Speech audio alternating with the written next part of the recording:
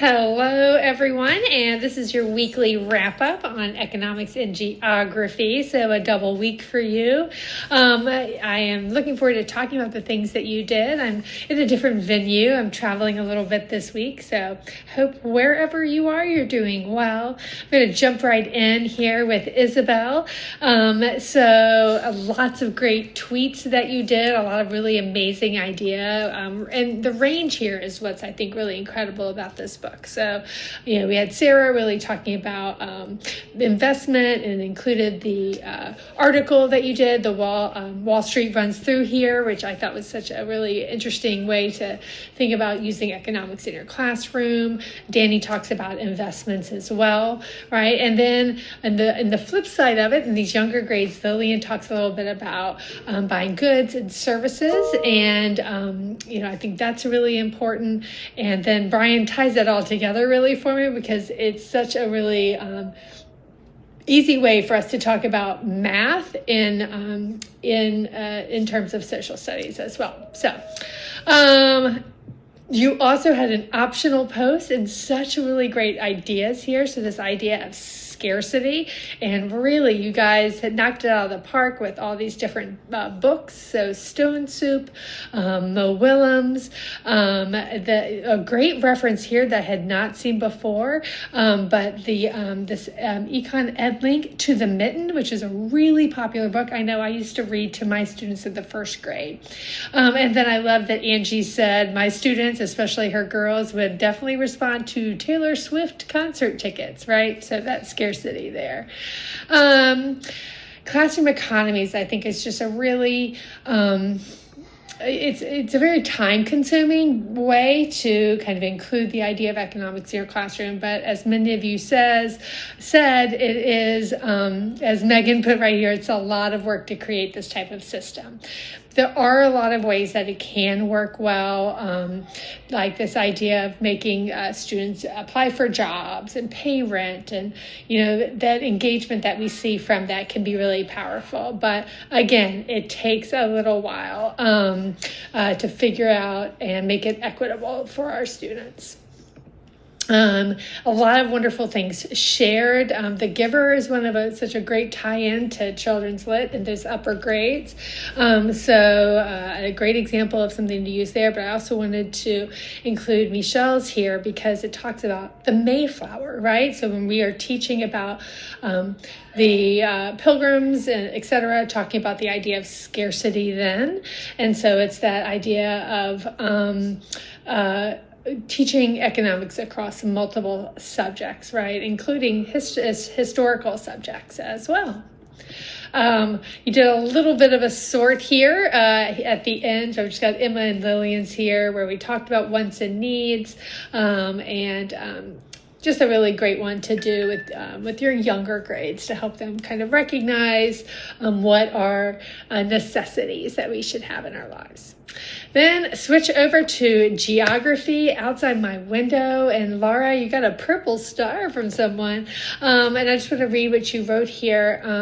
I think some of the connections my students would have is seeing the different neighborhoods. I have a large multicultural population, and I think students would see places they recognize. With a large military populations, it also could be that connection of not necessarily living close to someone they love. And I love your last sentence, that feeling like they are far away but staring at the same moon, which is the theme of the book. Clara also talks about this idea of the culture that we see in the different images. So a connection she had to the text is outside her window right in that moment was trees, but a busy, loud, and nonstop road called 395 that I bet everyone is familiar with. Google Earth, which I hope you were able to dig in deep and see some of the great lessons that are kind of made for you there. McKenna talks about exploring Greece, which is also on my list as well. But Libby, now I am incredibly interested in this Hoh rainforest in Washington. Look what she says. It's the quietest place in the contiguous United States. Sign me up. I can't wait. I'm definitely going to check that out. You did mental maps, right? These, for some of you, were like, this is harder than I thought. This idea of really making sure that we understand these maps that we have on our head, but then kind of putting them out onto the visual pieces of paper. So we've got Daphne and Patricia's here, some very detailed work. And I love this comparison that they did with each other, right? That we both have these weird intersections, that we both have some interesting roads. And I think you both did really nice jobs with your detailing and your coloring as well. So I'm really glad to see this back and forth that many of you did there. Natalia. Oh, I have to take kind of a sigh when we talk about the Lost Boys of Sudan and understanding kind of the journey that they went on, and then kind of relating that to our students and this idea of immigration and migration and the reasons people do move in our world, right? So whether it's climate, Natalia brings up climate, population, political instability, there are always really compelling reasons that people leave their home countries, but that we talked about this idea of empathy, and Natalia brings that up. To empathize with these lost boys, I think, was also part of understanding the importance of geography in this frame. So. And then finally, you did some sorting, and I hope this was kind of inspired you to perhaps think of other ways that you might do this type of activity of like sorting and having students come up with their own labels, which was an important part of this. So, I just have a couple here that I chose. You have Julia's here, right? So we've got everything from wet and hot climates, temperate climates, etc.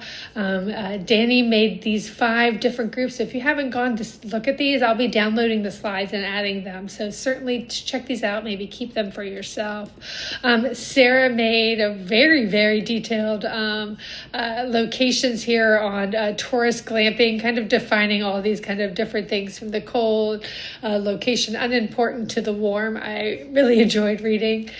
Jennifer talked about kind of communal living and population and architecture. And then Sophia did just 2 big ones, which I loved.